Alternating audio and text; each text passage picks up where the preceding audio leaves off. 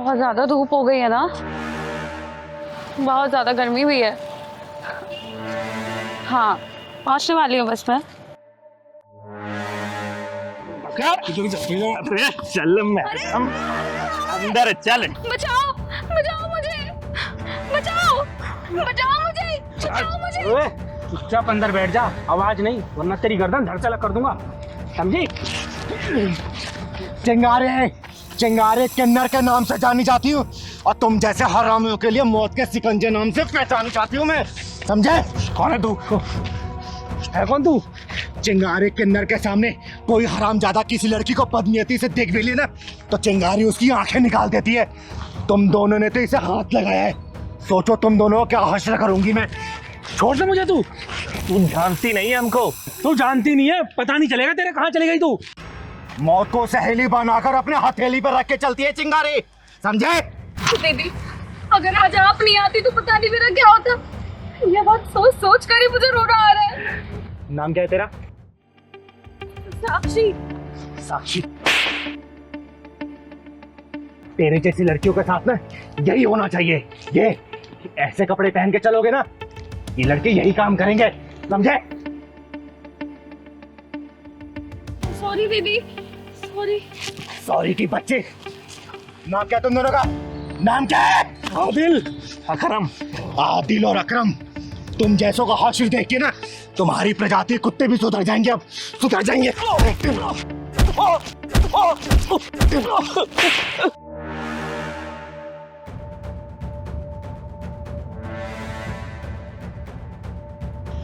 भाग गए साले।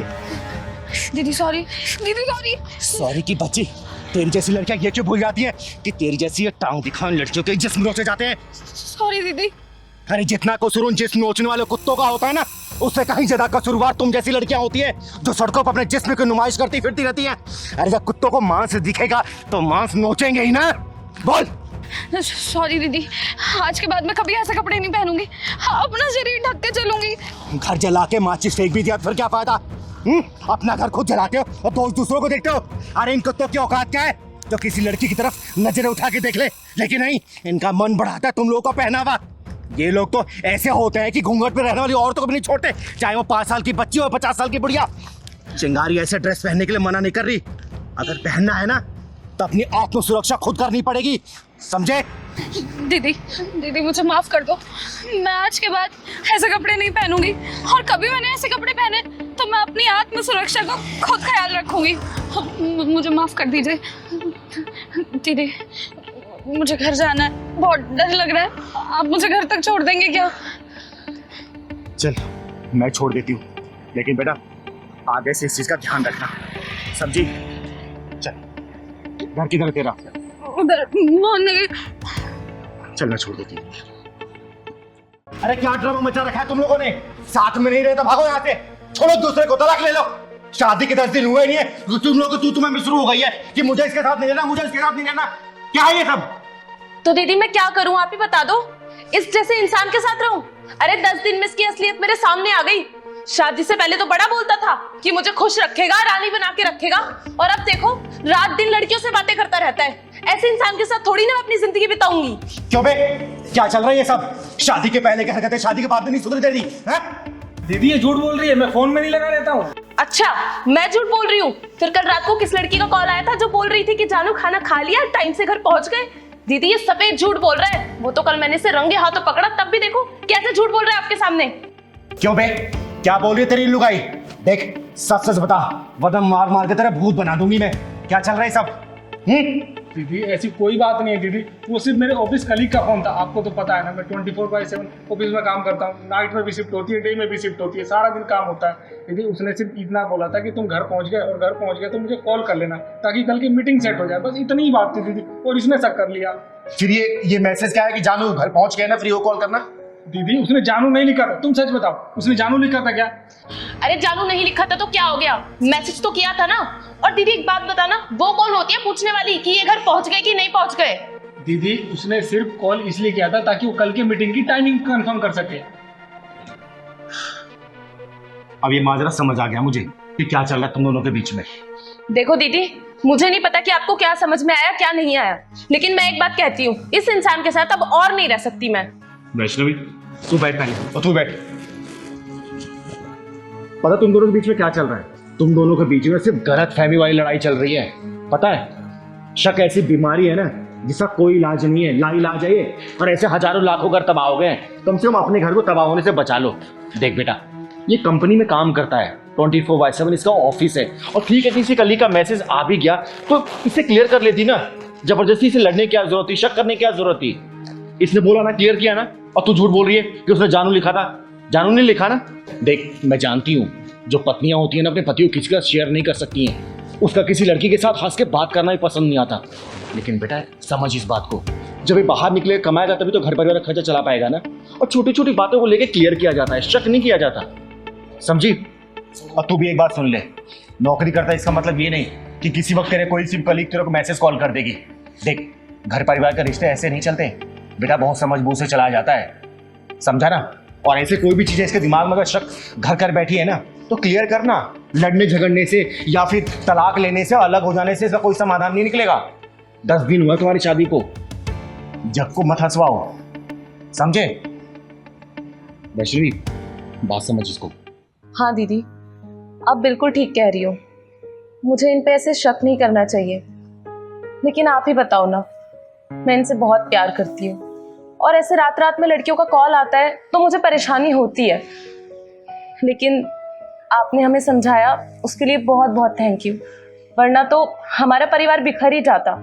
लेकिन आइंदा से मैं ध्यान रखूंगी, अगर कोई भी ऐसी बात होगी तो मैं इन पे शक नहीं करूंगी, ना इनसे लड़ाई करूंगी, बैठ के इनके साथ क्लियर करूंगी। दीदी आपका बहुत बहुत धन्यवाद, जो आपने इसके दिमाग से सब जैसी लाइलाज बीमारी को दूर किया। देखो, तुम दोनों की नई नई शादी हुई है ना, एक दूसरे का प्यार साझा करो ना, प्यार बांटो, वक्त गुजारो, बाहर घूमने जाओ। ये छोटी छोटी बातों पर लड़ाई झगड़ा करना, रूठ जाना, फिर खाना ना खाना, घर से बाहर निकल जाना, ये सब गलत है, समझे ना? आगे से मैं सुन ना लूं। और बेटा तुझे बहुत अच्छे से ध्यान रखना है, ठीक है? चल जा, मेरे चाय बना के लेना। और तू, उसके सामने मैंने तुझे डांटा नहीं चाहता, आगे से अगर ऐसी गलती किया ना और तो मारूंगी तुझे, समझा? तू बचाएगी इसे? ओ, ये बचाएगी तुझे? अरे मैंने सोचा कोई मर्द आएगा, ये तो किन्नर है बे। सुन, यह नामर्दों की बस्ती है, यहाँ कोई मर्द और नामर्द नहीं आएगा। और तेरे लिए तो चिंगारी अकेले काफी है।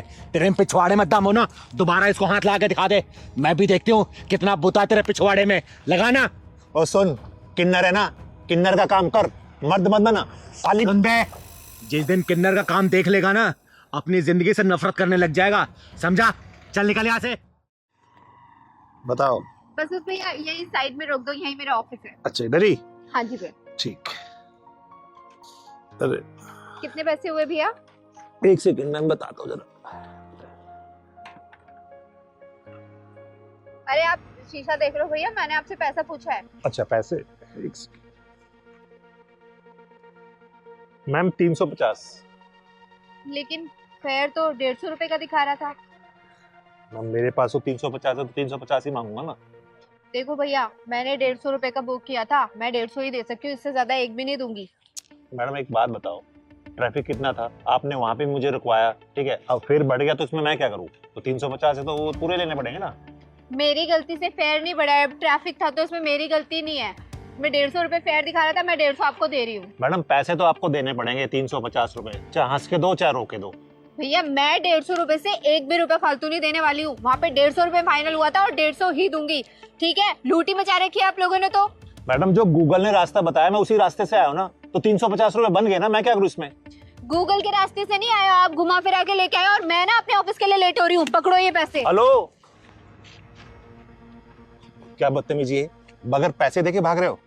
सुनो मैडम, मुझे उंगली टेढ़ी करने का मौका मत दो, उसे सीधी रहने दो, समझ गई ना? क्या बात है मैडम, वैसे हाथ बहुत मुलायम है तुम्हारे, कौन सी क्रीम लगाती हो? तुम्हारी हिम्मत कैसे मेरा हाथ छूने की?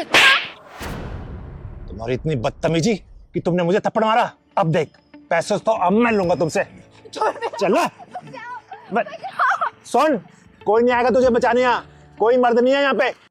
ओए, तूने क्या सोचा इसको कोई बचा ही नहीं आएगा? अरे नामर्द भले ना है, लेकिन ये चिंगारी जरूर आएगी, समझा? तो चिंगारी हुई तो मैं क्या करूं? तू कौन सा पहाड़ उठा लेगी? चुप बेटा, क्यों परेशान कर रहा तुम्हें ये? दीदी पास में ही मेरा ऑफिस है, ऑफिस आने के लिए मैंने राइड बुक की थी। तब तो फेयर 150 रुपए का दिखा रहा था, लेकिन ना जाने ये कहाँ से घुमा के लेके आया और 350 रुपए मांग रहा है। मैंने 150 रुपए दिए तो ये मेरा हाथ पकड़ के बदतमीजी करने लग गया। दीदी ये साले कुंदरू ना अपने आप को गुंडा भाई समझते हैं। सही कह रहा है पहलवान, ऐसे हरामियों को मैं बहुत अच्छे से जानती हूँ। भोली भाई लड़की देखे कम पैसा बता के बिठा लेते हैं और बाद में पैसा ज्यादा बताते हो, जबरदस्ती करते हैं। सुन बे, चिंगारी कहते हैं मुझको, समझा? अबे सुन, चिंगारी होगी तू अपने घर को, तेरे जैसे चिंगारी को ना फूंक मार के बुझा देता हूँ। तो सुन बे, तेरे जैसे को चिंगारी चीर फाड़ देती है, समझा? तूने मुझ पर हाथ उठाया ना, अब देख मैं इससे पैसे लेके दिखाऊंगा। चल दे पैसे। अब तक तेरा दिमाग सेंटर में नहीं आया क्या? क्या और तोड़ू तुझे? हाँ? दीदी ऐसे भी इसको अकल नहीं आएगी, पुलिस के हवाले कर देते हैं। सही कह रहा है पहलवान, पुलिस को फोन कर तू। एक कम रुक रुक रुक, इन सालों के पिछवाड़ा जब तक लाल ना करो ना, तब तक इनकी अकल ठिकाने नहीं आती। अभी बेईमानी के पैसे कितने दिन चला लोगे तुम लोग? हैं? बेईमानी के पैसे ऐड के तुम्हारे औलादी बेईमान बन जाएगी। तुम्हारे खून में जब बेईमानी घुसेगी ना, तुम्हारी औलादी बेईमान निकलेगी, समझे? ईमानदारी से कमाओ ना, क्या दिक्कत है? सुन, चाहूं ना तुझे पुलिस के हवाले कर सकती हूँ, लेकिन शक्ल तू बाल बच्चों वाला लग रहा है। मैं समझ गया दीदी, मैं मानता हूँ मुझसे गलती हुई है, लेकिन मैं भटक गया था। मैंने सोचा कि सबसे डबल पैसे मांगूंगा, जल्दी अमीर बन जाऊंगा, लेकिन ये मेरी गलती थी, मुझे माफ कर दो। मैं अभी ईमानदारी से चलाऊंगा। कितने पैसे होते रे? 150 है ना? वो दे दिए। दे दिए ना? चल निकल। सॉरी।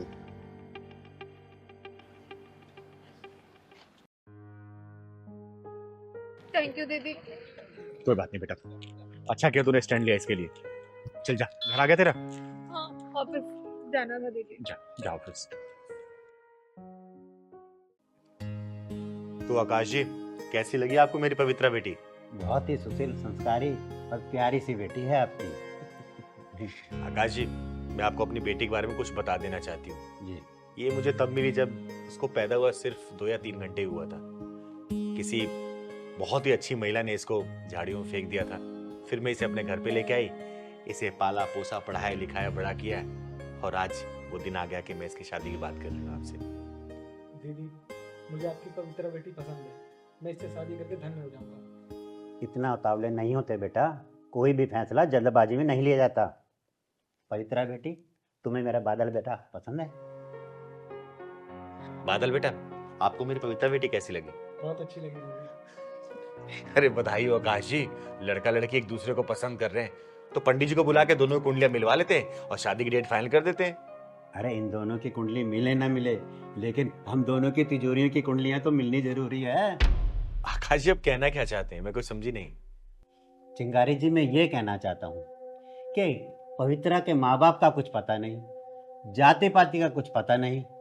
कल को बारात आएगी तो बारात में कहेंगे कि किन्नर के यहाँ शादी में आए हैं, तो उनका मुंह बंद करने के लिए अपनी तिजोरी का तो मुंह खोलना ही पड़ेगा ना।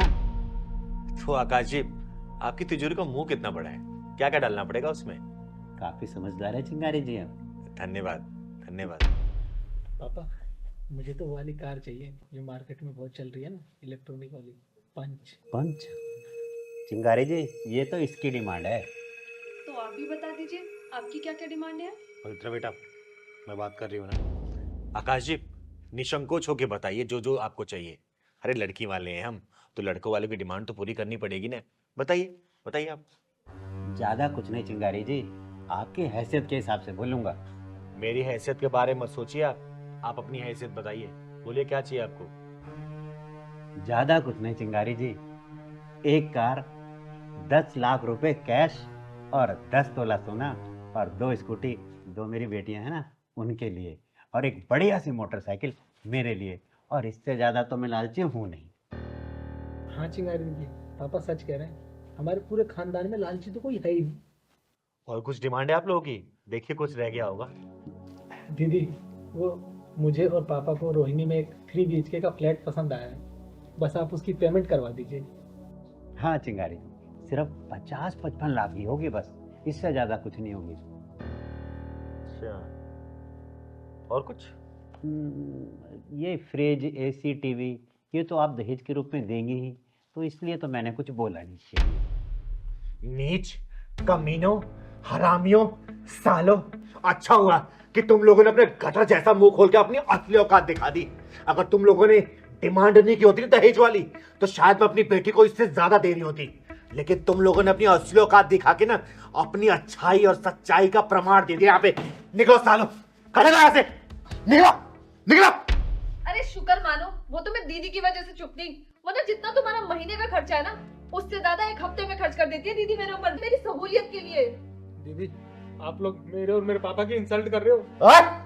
दो कड़ी की औकात नहीं है और चाहिए सोना चांदी हीरे मोती मोटरसाइकिल। भाई सुनो, चिंगारी घर में खड़े हो इसलिए सही सलामत हो, कहीं और मिलते ना एम्बुलेंस में लाद के भिजवा चुकी होती। निकल जाओ यहाँ से। और अच्छा हुआ तुम जैसे दहेज के लोभियों ने अपनी असली औकात दिखा दी, और तुम जैसे लोग यहाँ तो कोई अपनी बेटी भेजना नहीं चाहेगा, समझे? निकलो यहाँ से, निकलो, निकलो। डाले दहेज के लोभियों। दीदी मैं तो पहली बार में डिमांड सुन के मना करने वाली थी, लेकिन आपने ही चुप कर दिया। बेटा मैं तो इनकी असली औकात देखना चाहती थी, इसलिए मैंने इनको बोलने का मौका दिया, और अच्छा मैंने लोगों अपनी असली औकात दिखा दी। साले दहेज के लोभी गई के।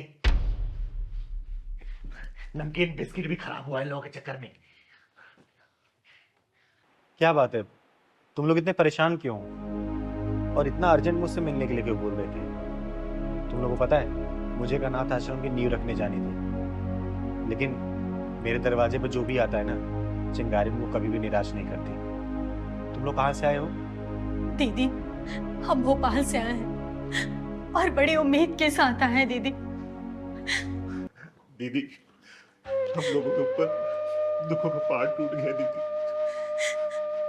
पिछले 1 साल में इनकी 3 नौकरियां चली गई और मेरा 4 महीने का बच्चा मिसकैरेज हो गया। गांव में मेरे मम्मी पापा भी बीमार रहते, 50 बीघा जमीन थी, बस बीमारी में सारी बिक गई, सिर्फ 5 बीघा बची है दीदी। बर्बाद हो गए हम लोग दीदी, बर्बाद हो गए। दीदी मैंने सुना है कि आपके आशीर्वाद से बड़ी बड़ी मुसीबतों से छुटकारा मिल जाता है। बस दीदी आप अपना हाथ हमारे सर पे रख दीजिए। हाँ दीदी, बस हमारी नैया आप ही पार लगा सकती हो दीदी, आशीर्वाद दे दो हमें दीदी।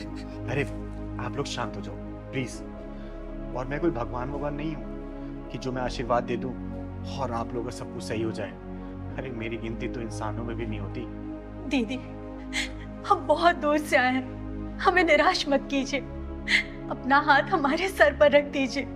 हाँ दीदी, आप अपने आशीर्वाद से हमारी बेरंग दुनिया में खुशियां भर दो दीदी, कुछ चला दो। अरे नहीं नहीं, देखो तुम लोग बहुत दूर से आए हो और मैं तुम लोगों का दिल और विश्वास नहीं तोड़ना चाहती।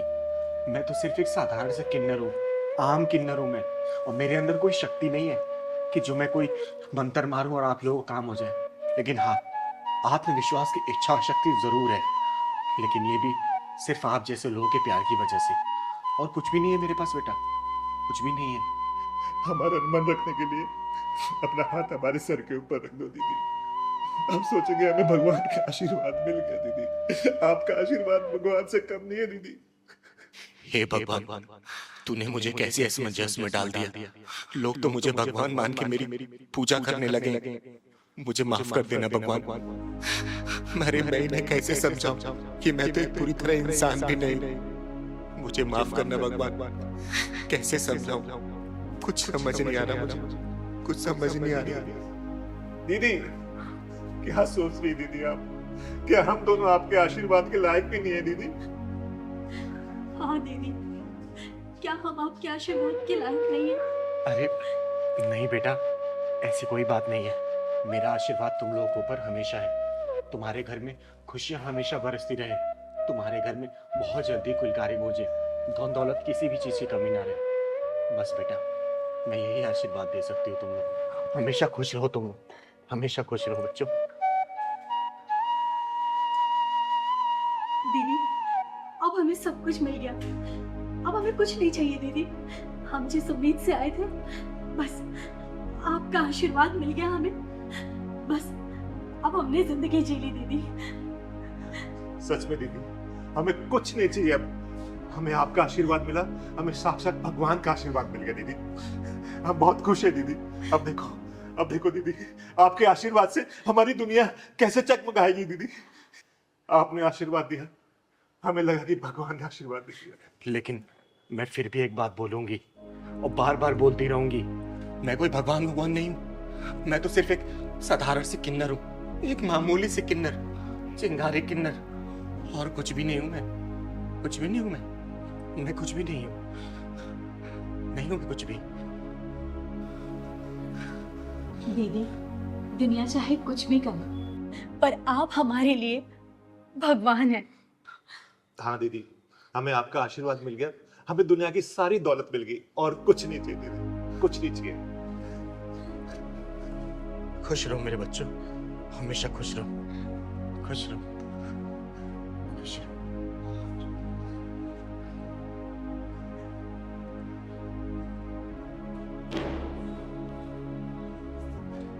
हे ऊपर वाले, तेरी कहानी कोई समझ नहीं पाता। तू क्या लिखता है, कैसे लिखता है, क्यों लिखता है, सब समझ के बाहर है। एक अधूरे इंसान को तूने भगवान बना दिया। नहीं भगवान, मुझे सिर्फ किन्नर रहने दे, चिंगारी किन्नर। मैं जो समाज की सेवा करती हूँ ना, मुझे सिर्फ वही करने दे भगवान। अरे ये भोले भाले लोग इतने भोले हैं कि कहीं भी एक उम्मीद की किरण जगती है ना, तो उसको भगवान या देवता मानने लगते। भगवान, इस चिंगारी के दिए हुए आशीर्वाद की तू लाज रखना भगवान, लाज रखना। और विश्वास मत टूटने देना इन लोगों का, मत टूटने देना भगवान, मत टूटने देना। अरे पहलवान, कब तक चाय लाएगा रे? कब से इंतजार कर रही हूं मैं। आया दीदी। ला जल्दी, कोई काम तू टाइम पे कर नहीं सकता कभी भी।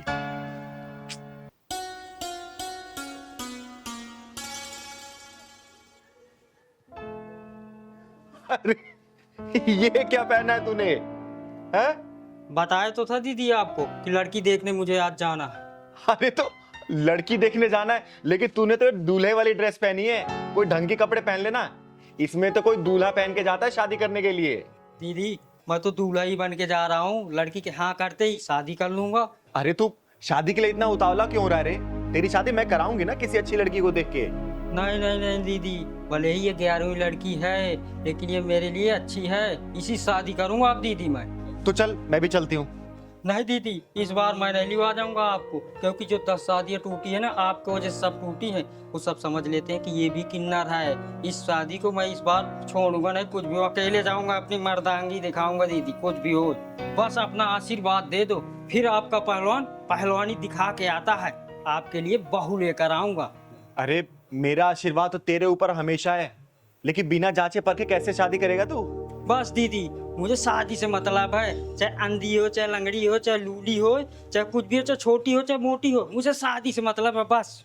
बावला मत बन पहलवान, मुझे अपने साथ लेके चल। नहीं दीदी, शादी करके सीधे आपके पास आऊंगा दीदी, लेकिन आपको नहीं ले जाऊंगा, नहीं ये भी शादी टूट जाएगी दीदी। तो एक काम कर, तू मंगरू चाचा को अपने साथ लेके जा। नहीं दीदी, मैं नहीं ले जाऊंगा। मंगरू चाचा तो आपके चमचे हैं, मैं नहीं ले जाऊंगा उन्हें तो। और ठीक है, तू मत ले जा किसी को, जा तू अकेले। लेकिन एक काम कर, अलमारी में कुछ पैसे रखे हुए हैं, जितना मन करे वहां से ले लेना, और हाँ, खर्चा करना जितना तू कर सके उस लड़की के ऊपर, ठीक है? ठीक है दीदी, बस अपना आशीर्वाद दो दीदी, मैं तो चला। चल, आशीर्वाद तेरे ऊपर हमेशा है। मैं यूं गया यूं आया दीदी, घर और पूरा सजा देना दीदी, रेडी रखना। चल ठीक है, मैं सजा दूंगी। चल अच्छा है, इसकी भी घर गृहस्थी बच जाए। मेरी वजह से इसकी 10 शादियां कैंसिल हो गई थी। अरे इसे तो घर सजाने के लिए बोला है, और मिठाई मंगवानी होगी। दीनानाथ हलवाई को फोन करती हूँ। हेलो दीनानाथ जी। हाँ चिंगर जी, नमस्ते। नमस्ते नमस्ते, कहाँ हैं आप?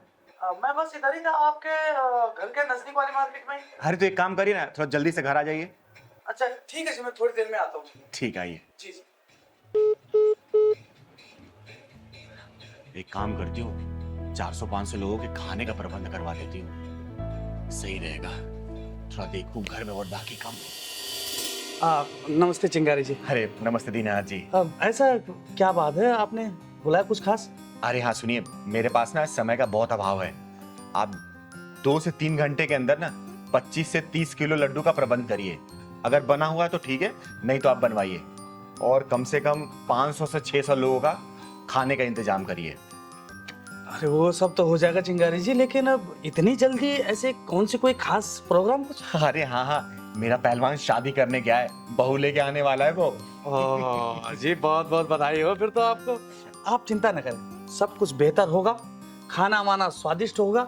और लड्डू तो यूं समझिए आप कि जो एक बार खाएगा वो बस अपनी उंगलियां चाटता है। ये देखिए, लड्डू खाने की बात हुई और एक खाने वाले आ गए। मैं लड्डू खाने वाला नहीं हूँ। अरे ये आवाज तो पहलवान की लग रही है। मैं आपका पहलवान ही तो हूँ दीदी। पहलवान, तूने ये क्या हालत बना रखी है? तू तो शादी करने गया था ना, और मुंह पे एक कपड़ा क्यों बांध रखा है तूने? बाहर में गई थी उलन उलन दीदी, मैं लूट गया हूँ दीदी, मैं लूट गया हूँ। पहलवान क्या हुआ, बात बता मुझे। अरे पहलवान, रोता ही रहेगा, बताएगा भी क्या हुआ तेरे साथ? बताता हूँ दीदी, बताता हूँ। वो लड़की, आज तो पहलवान सुंदर भी लग रहा है बहुत, और हाथ में पैसा भी बहुत है। आज कोई भी लड़की मिले शादी करके लौटूंगा, कुछ भी हो जाए। और लोग दहेज लेकर करते हैं, मैं देकर शादी करूंगा। और दीदी को और पैसा ले लूंगा जो कम पड़ेगा। कोई भी लड़की मिलेगी वो सब चलेगी। अरे देखो दूल्हे, कहाँ जा रहा है? मुझे मत रोको, मैं जरूरी काम से जा रहा हूँ। अरे तो कौन से काम से जा रहा है? शादी करने जा रहा हूँ। शादी करने? किससे? लड़की ढूंढूंगा और करूंगा शादी। के लिए तो हम भी ढूंढ रहे हैं ना। मैं भी कवा रही हूँ, अभी मुझसे कर लेना। मैं भी कवा रही हूँ। तुम क्यों करोगी शादी? अरे मैं तेरे से बड़ी हूँ ना। अच्छा ठीक है, तुम कर दो। पहलवान तेरी तो लॉटरी लग गई। तो एक ही लड़की के लिए तरस रहा था, लेकिन यहाँ तो 2-2 लड़कियाँ शादी के लिए तैयार है। अरे कहाँ खो गया? शादी वादी करनी है या नहीं? हाँ हाँ, शादी करना। अरे तो ये शेरवानी पहनने से थोड़ी ना शादी होती है, पैसे लगते हैं पैसे। पैसे बहुत है मेरे पास, पैसों की कमी थोड़ी है। तो दो ना पैसे। मेरे पैसे पर्स में क्यों रख लिया? कौन से पैसे? मेरे पैसे लाओ, अभी मैं तुम्हें दिया, पर्स में रख लिया। अरे मैंने कब लिए तुमसे? अभी तुम्हें दिया नहीं अपने पैसे में। शादी करनी है या पैसे चाहिए? हाँ हाँ, शादी तो करना है मुझे। चलो तो फिर। चलो। ये तुम मुझे कहाँ लेकर आ गए? अरे तो यहाँ पे शादी थोड़ी ना होती है। ये देखो कितने खराब से कपड़े पहने हुए तुमने। देखना कितने ढीले डाले। मैं तो शादी वाले कपड़ा पहन के आया हूँ, अच्छे कपड़े हैं मेरे। अरे बढ़िया से कोट पैंट पहनोगे कि नहीं पहनोगे? हाँ हाँ, क्यों नहीं पहनूंगा। हाँ तो जाओ जाके कपड़े चेंज करो। कहाँ पर? अरे अंदर, ये इधर तो निकालो इसे। अच्छा अच्छा, अभी पहन के आता हूँ। निकालो इसे।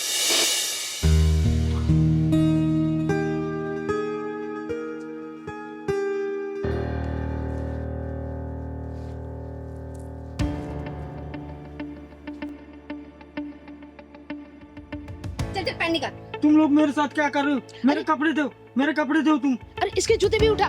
चल उठा, चल चल चल चल। मेरे कपड़े दो तुम, मेरे कपड़े दो तुम, मेरी जूती और वो शर्ट दो। कुछ नहीं है यहाँ पे। हाँ बड़ा है, चल के दूल्हा बनेगा। चल निकल यहाँ से। मेरी कमची तो दे दो दीदी, इज्जत बचाने के लिए। चल इसको ये दे दे। चल पकड़, निकल।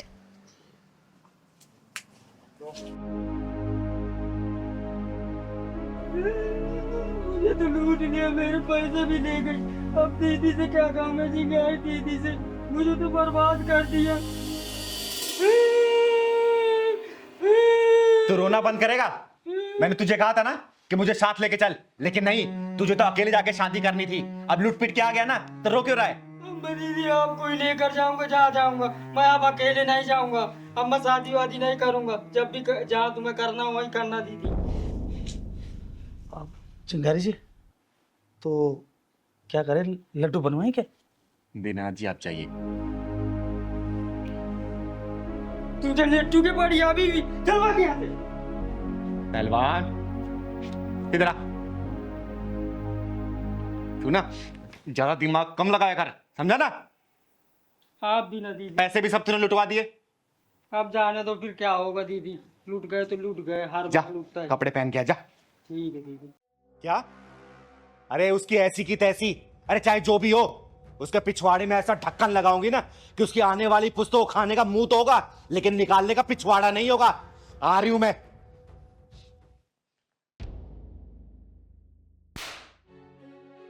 बेशरम, बदतमीज, तू ये गुल खिला रही है मेरे पीछे? मैंने इसलिए बुलाया तुझे गांव से, मैंने तुझे पढ़ाई करने के लिए बुलाया था, और तू कॉलेज में बॉयफ्रेंड बना रही है, गुलचर्रे उड़ा रही है उनके साथ में। और ये दीदी मुझे माफ कर दो दीदी, आई एम सो सॉरी, मुझसे बहुत बड़ी गलती हो गई। ये उसी का फोन आ रहा है, प्लीज दीदी मुझे माफ कर दो। आपने सारी वीडियोस देख ली है ना, आपको सारी सच्चाई पता चल गई है। आप एक बार इससे बात कर लो, पूछ लो कि ये चाहता क्या है। मेरी जिंदगी खराब हो जाएगी दीदी, प्लीज एक बार इससे बात कर लो। जब मैं बात करती हूँ। हेलो हेलो तानिया जी, चलचित्र भेज दिया मैंने आपको, उम्मीद है आपने अभी तक देख ही लिया होगा। कौन है तू और चाहता क्या है? बड़ी समझदार हैं आप तानिया जी, सीधा मुद्दे की बात पर आ गई। बाय द वे मैं आपको बता दूं, मैं वही हूँ जिससे आपकी छोटी बहन दिल लगा बैठी है। बड़ी बोली है बेचारी, मैंने पहली बार मिलने को बुलाया और सीधा होटल रूम तक आ गई। ये जो आपके पास चलचित्र आए हैं ना, ये उस होटल रूम की प्रस्तुति है। कमीने, तू चाहता क्या है? कमीना तो मैं हूँ तान्या जी, और चाहता क्या हूँ ये भी सुन लीजिए। पता ना क्या चाहता है? मेरी छोटी बहन को तो पहले ही अपने जाल में फंसा चुका है। आपकी ये जो खूबसूरत जवानी है ना, इस पे एक बार कैंची चलाना चाहता हूँ। क्या मतलब है तेरा? वैसे इतनी समझदार हैं आप, लेकिन अगर नहीं समझ आया तो समझा देता हूँ। बस एक रात मेरे साथ गुजार लीजिए और अपने शुभ हाथों से इन वीडियोस को डिलीट कर दीजिए। कमीने, वो तो मैं हरामजादे, पक्के वाला कुत्ते। कुत्ता मत कहिए तानिया जी, ना ना ना, क्योंकि वफादारी नाम की चीज मेरे अंदर है नहीं। दीदी अब क्या होगा? मैं तो कहीं मुंह दिखाने लायक नहीं रहूंगी दीदी। हेलो हेलो, आवाज नहीं आ रही क्या? मैं आपकी बात का हाँ समझूं? हेलो। ठीक है, मैं अपनी बहन के लिए अपनी कुर्बानी देने के लिए तैयार हूँ। तो ठीक है तान्या जी, मैं आपको एक एड्रेस भेज रहा हूँ, उस एड्रेस पर आ जाइए। दीदी अब क्या होगा दीदी? तू चिंता मत कर छोटी, मेरे पास एक रास्ता है। अच्छा हुआ दीदी आप आ गई।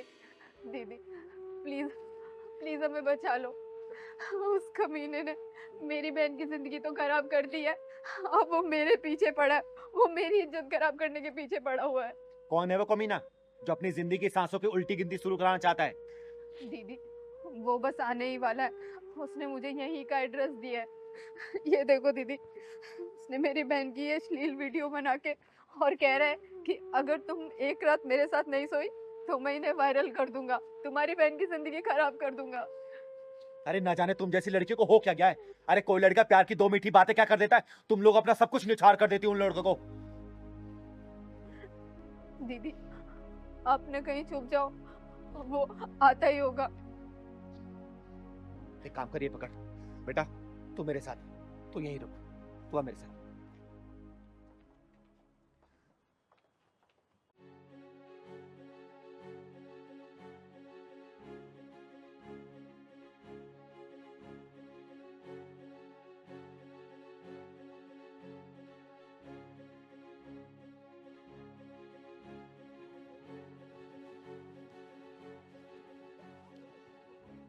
मुझे तरुण तरंग कहते हैं, इसलिए मैं जिंदगी में हमेशा तरंग और उमंग में रहता हूँ। कहाँ चलना है बता दो। अरे चलेंगे, इतनी क्या जल्दी है?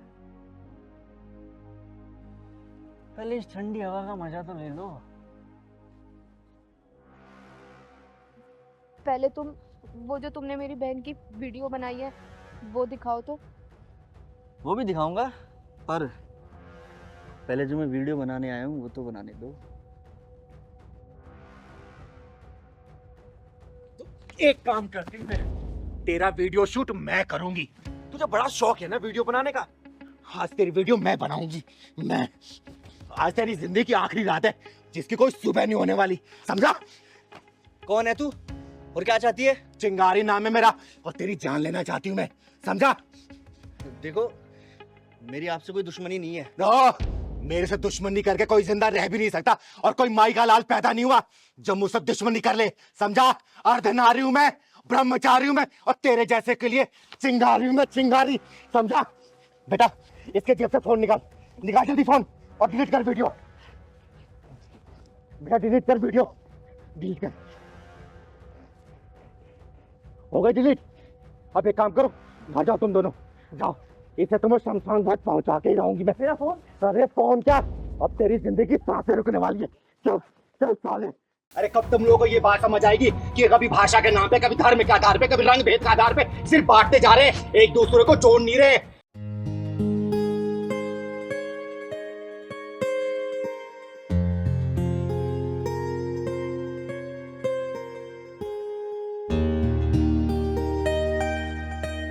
अनानास ले लो, 80 रुपया है।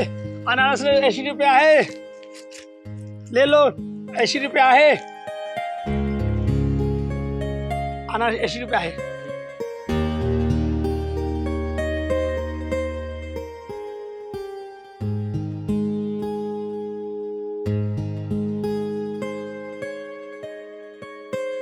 अनानास ले लो, 80 रुपया है।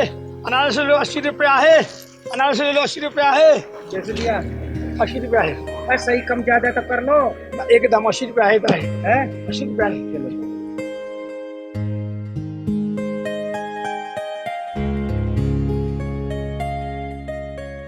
अनारस 80 रुपया है। अनारस 80 रुपया है साहब, 80 रुपया है। ले लो, ले लो। पहले ना मराठी तो सही से बोल रहे और रख अपनी अनारस। बकरी शेर की खाल ओढ़ लेना तो बकरी शेर नहीं हो जाती, समझे? साहब ऐसा क्यों बोल रहे हैं? कौन सा गलती किया? मैं अपना काम धंधा कर रहा हूँ। साले तेरा पैदा ही होना गलत है। साहब ऐसा क्यों बोल रहे हैं? कौन सा गलती कर दी है? मैं अपना बिजनेस अपने ईमानदारी से चलाता हूँ, सबको हंसाता हूँ, खिलाता हूँ, अच्छा से खिलाता हूँ। फिर ऐसा आप क्यों बोल रहे हैं सर? साले तेरे हंसी में ही जहर छुपा हुआ है जो समय आने पर बाहर निकलता है। तुम लोगों ने मुंबई में आके ना गंद मचा रखा है, सब लोगों के काम खा गए। हम कैसे काम खा गए सर? कैसे काम खा गए? तुम लोग सड़क पे बैठ के खाना बना लेते हो, एक कमरे में 10-12 लोग रहते हो, और तो और सबसे कम दिहाड़ी में भी काम करते हो। हाँ? और जो अच्छे लाइफ स्टाइल जीना चाहते हैं ना, उनको तो अच्छे पैसे चाहिए ना, जो तुम लोगों ने छीन लिया। कीड़े मकोड़ों की तरह जीते हो तुम लोग। अभी तो सामान फेंक रहा हूँ ना, इसके बाद दिखाई दे दिया ना तो रेलवे स्टेशन पे तुम्हें भी फेंक के आऊंगा, समझा? अरे साहब ऐसा मत करो। और एक क्या था देखिए साहब? चल मराठी बोल के दिखा। वो सब साहब, साले तुम्हें इतना साल हो गया मुंबई में रहते हुए और मराठी नहीं आती? हाँ?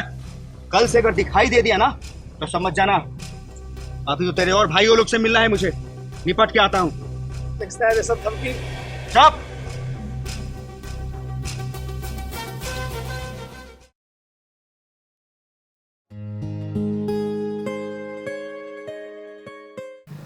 मेरे को मना किया था ना, समझ में नहीं आती? मुंबई में मजा आ रहा है ना? हाँ दीदी, आज पहला ही दिन है, देखते हैं। माजी सा टकली, हटाओ यहाँ से। अगर तुम जैसे लोगों की यही सोच रही ना तो इस दुनिया से हमारे देश का नाम मिट जाएगा।